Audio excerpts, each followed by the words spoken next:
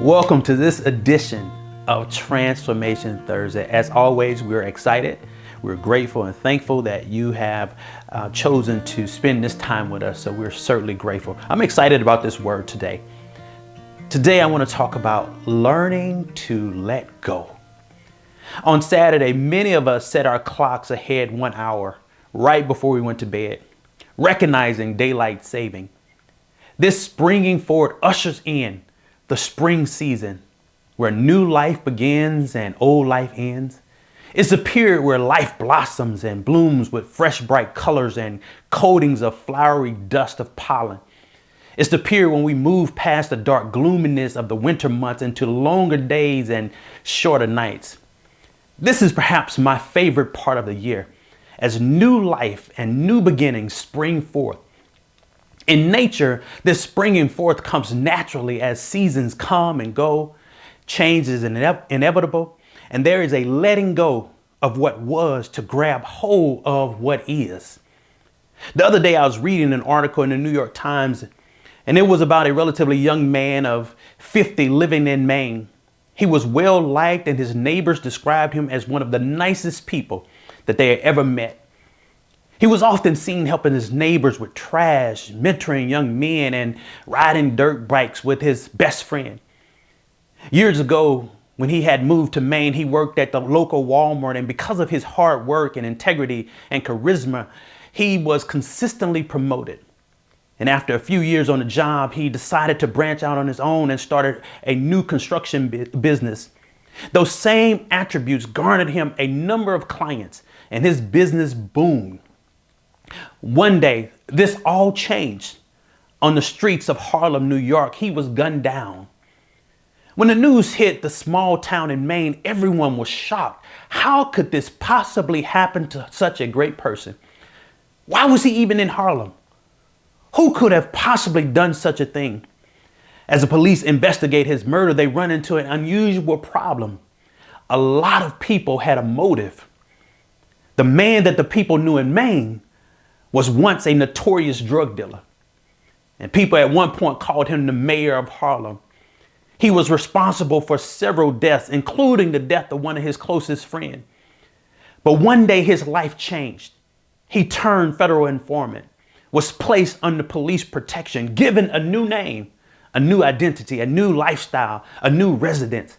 Things were going well. He was at peace. The old was behind him, but he looked back, failing to completely let go. His past caught up with him. This story is not isolated. There are many who have failed to let go of the person you used to be. You were delivered, given a new life. Old things were passed away. All things have now become new, but you were tempted to look back.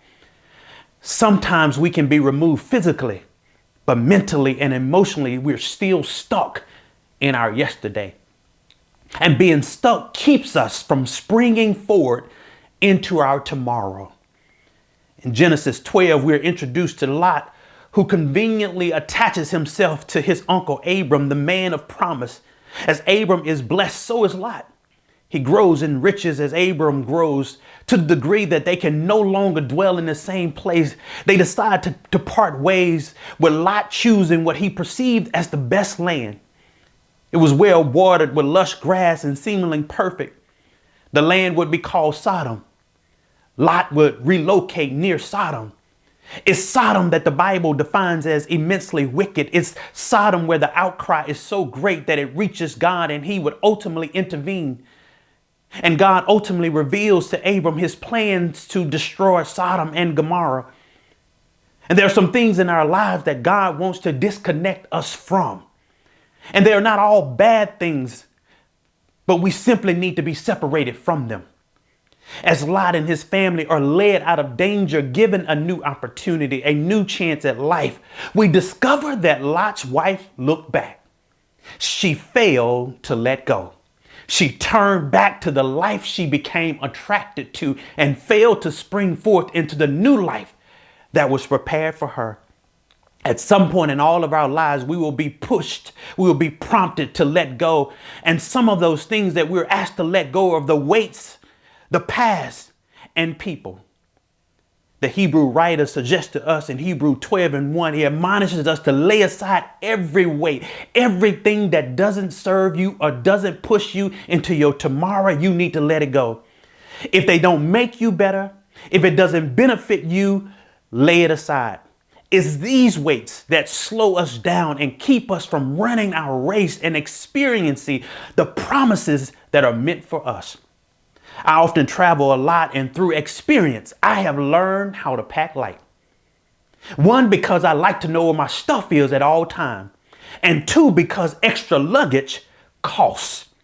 There's a price you have to pay for carrying the extra luggage.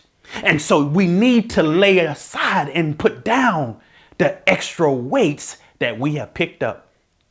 But we also need to let go of our past. Isaiah 43 says, don't remember the former things, nor consider the things of old, because I'm doing something new, and it shall spring forth.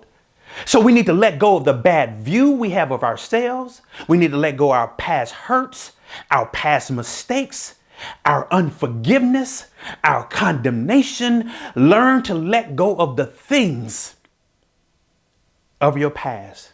There's something new awaiting you, but you have to let go. And then finally, we need to let go of people and people pleasing.